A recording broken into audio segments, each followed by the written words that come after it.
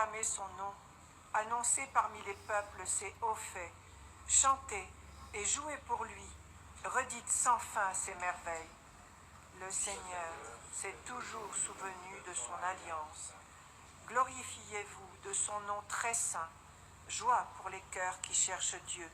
Cherchez le Seigneur et sa puissance, recherchez sans trêve sa face. Le Seigneur s'est toujours souvenu de son alliance. Vous, la race d'Abraham, son serviteur, les fils de Jacob qu'il a choisis, le Seigneur, c'est lui notre Dieu. Ses jugements font loi pour l'univers. Toujours souvenu de son alliance. Il s'est toujours souvenu de son alliance, parole édictée pour 1000 générations, promesse faite à Abraham, garantie par serment à Isaac.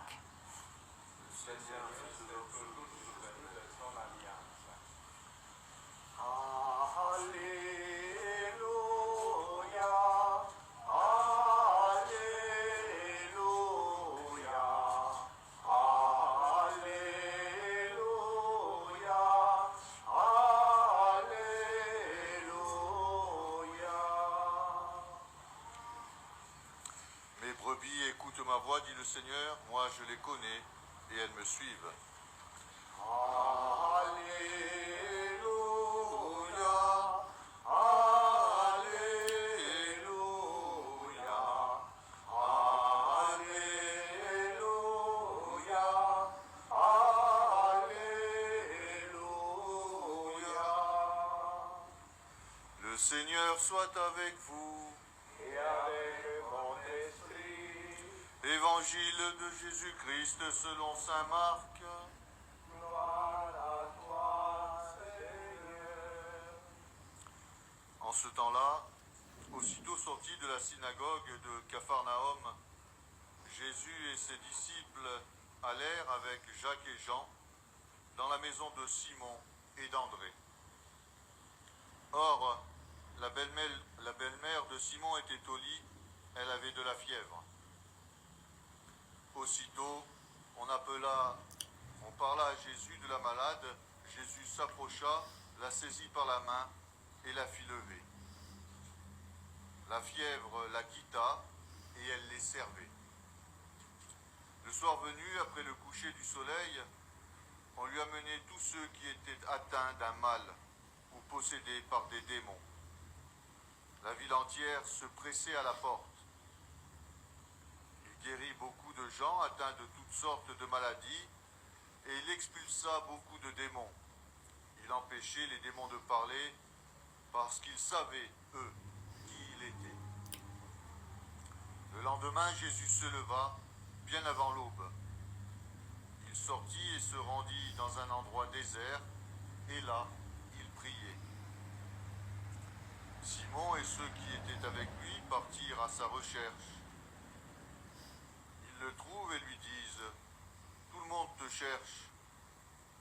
Jésus leur dit « Allons ailleurs dans les villages voisins, afin que là aussi je proclame l'Évangile, car c'est pour cela que je suis sorti. » Et il parcourut toute la Galilée, proclamant l'Évangile dans leurs synagogues et expulsant les démons. Acclamons la parole de Dieu. Louange à toi, Seigneur Jésus.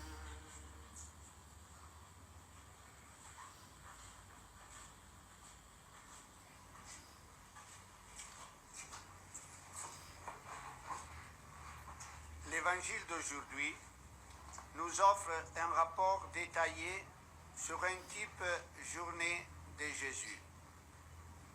Il se lève bien avant l'aube et commence sa journée avec la prière en union personnelle avec Dieu, son Père. Il a besoin d'intimité et donc se rend dans un endroit désert et là, il priait. Après la prière commence sa journée de missionnaire, qui est de proclamer la bonne nouvelle dans toute la région de la Galilée, sans oublier aucun village, même le plus petit. Et il dit, car c'est pour cela que je suis venu. Et quand le soir est venu, après le coucher du soleil, Jésus n'a pas terminé sa journée, mais il accueille tous ceux qui étaient malades ou possédés par des démons. Et il guérit beaucoup de gens atteints de toutes sortes de maladies et expulsa beaucoup de démons. Journée vraiment intense, celle de Jésus.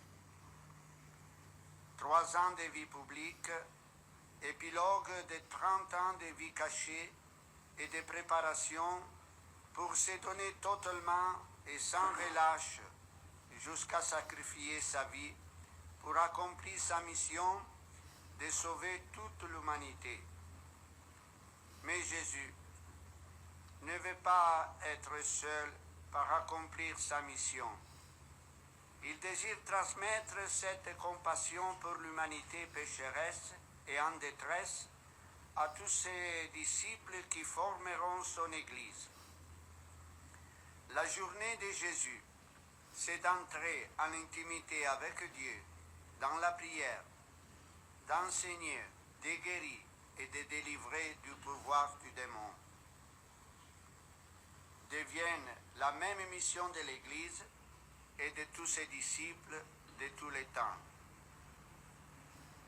En étroite union avec l'Église, chaque disciple de Jésus, en raison de son baptême, est appelé à vivre sa journée selon l'exemple de son Maître Jésus. Il n'y a pas de temps à perdre. La vie que nous avons reçue n'est pas notre propriété exclusive.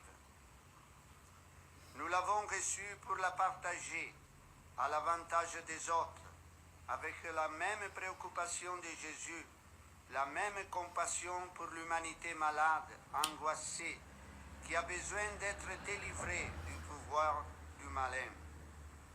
Ce n'est pas possible pour un chrétien vivre dans l'indifférence, dans l'égoïsme, d'une vie repliée sur soi-même. La vie, nous l'avons reçue pour la donner avec la même sollicitude et compassion que Jésus. Devant cette page de l'Évangile, nous devons nous interroger. À quoi sert notre vie? Nous ne sommes pas venus en ce monde pour vivre comme des bêtes, mais pour vivre et suivre vertu et connaissance du véritable bien et de la vérité qui vient seulement de Dieu. Si nous voulons être des véritables hommes et femmes et surtout des authentiques chrétiens, nous devons modeler chacun de nos journées et de notre vie tout entière sur la vie et la journée de Jésus. Notre journée commence-t-elle avec la prière personnelle en intimité avec Dieu? Est-elle tout orientée pour le bien des autres en donnant notre témoignage cohérent